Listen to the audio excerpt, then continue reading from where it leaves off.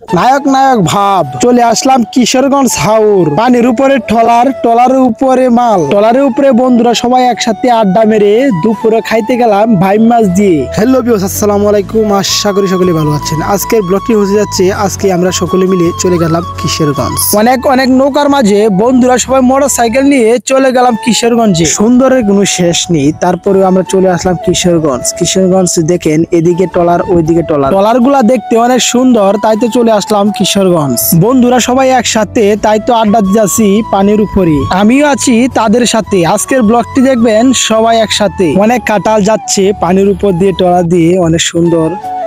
দেখেন কাঁঠালের কোনো অভাব নেই, এদিকে মানুষ ওইদিকে মানুষ। আকাশের দৃশ্যটা দেখেন। তখন আমরা ভিডিও করতেছি আর ও ছাতা নিয়ে বসে আছে, বলতেছে তাকে যাতে ভিডিও না করি। তারপর আমি ভিডিও করতে আছি, এদিকে আমিও আছি, বসে আছি, সবাই একসাথে বসে রয়েছি। আমরা 5-6টা মোটরসাইকেল সবাই একসাথে মিলে গেছিলাম।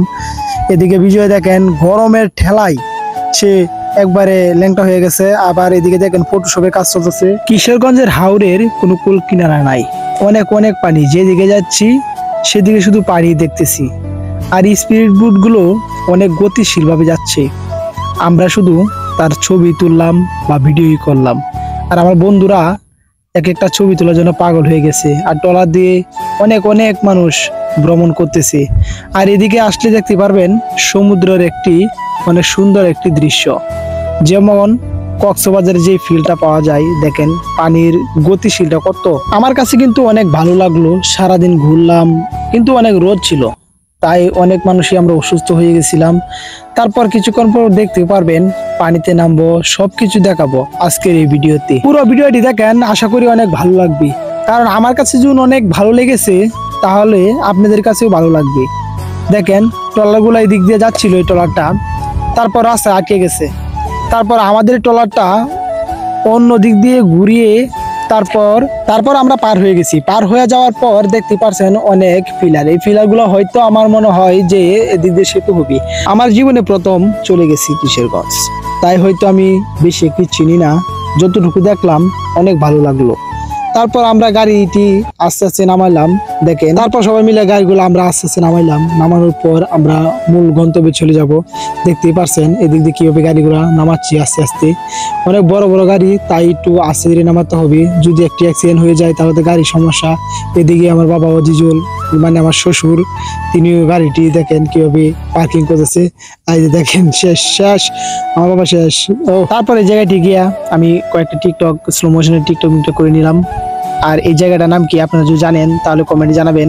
তারপর দেখতেই পারছেন আমার বন্ধু মোটরসাইকেল দিয়ে কিভাবে গুলি করলো।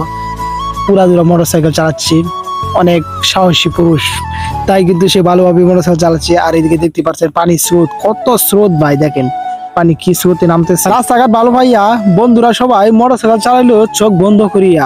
দেখতেই পারছেন যে কিভাবে মোটরসাইকেল চালাচ্ছে আঁকা বাঁকা করে। একটি অ্যাক্সিডেন্ট সারা জীবনে কান্না, এটাও কিন্তু মনে রাখতে হইব। রাস্তা থেকে দেখেন দ্বীপগুলা কত সুন্দর দেখা যায়। তারপরে আমরা দুপুর টাইমে আমরা হোটেলে চলে গেলাম সবাই মিলিয়ে, যে আমরা কিছু একটা খাবো। মামাকে বললাম যে আমাদেরকে সবাইকে ভাই মাছ দিয়ে ভাত দেন। তারপর দেখেন আমাদেরকে ভাই মাছের কথা বলে কি মাছ দিয়ে। সেই হোটেলে গিয়ে আমাদের বন্ধু জুয়েল সবকিছু ভিডিও করতেছে, বা কি কি আছে সবগুলা ভিডিও করতেছে। আর আমরা এদিকে কিদার ঠেলাই বসে আছি। আমাদের কি ঠগানি না ঠগাইলো। দেখেন কিশোরগঞ্জের মানুষ একদম ভালো না, কারণ আমাদেরকে বলছে বাইম মাছ দিয়ে খাওয়াবি। তারপরে দেখেন ছোট ছোট বাইম মাছ দিছে, যেগুলা আমাদের দেশে পাওয়া যায়। তাহলে সেখানে খায় আর কি লাভ? ভালো ভালো বড় বড় বাইম দিত, তার একটা কথা ছিল। যাই হোক, পুরো ব্লগটি দেখার জন্য সবাইকে ধন্যবাদ। আশা করি পরবর্তী ব্লগটি দেখবেন। আল্লাহ হাফেজ।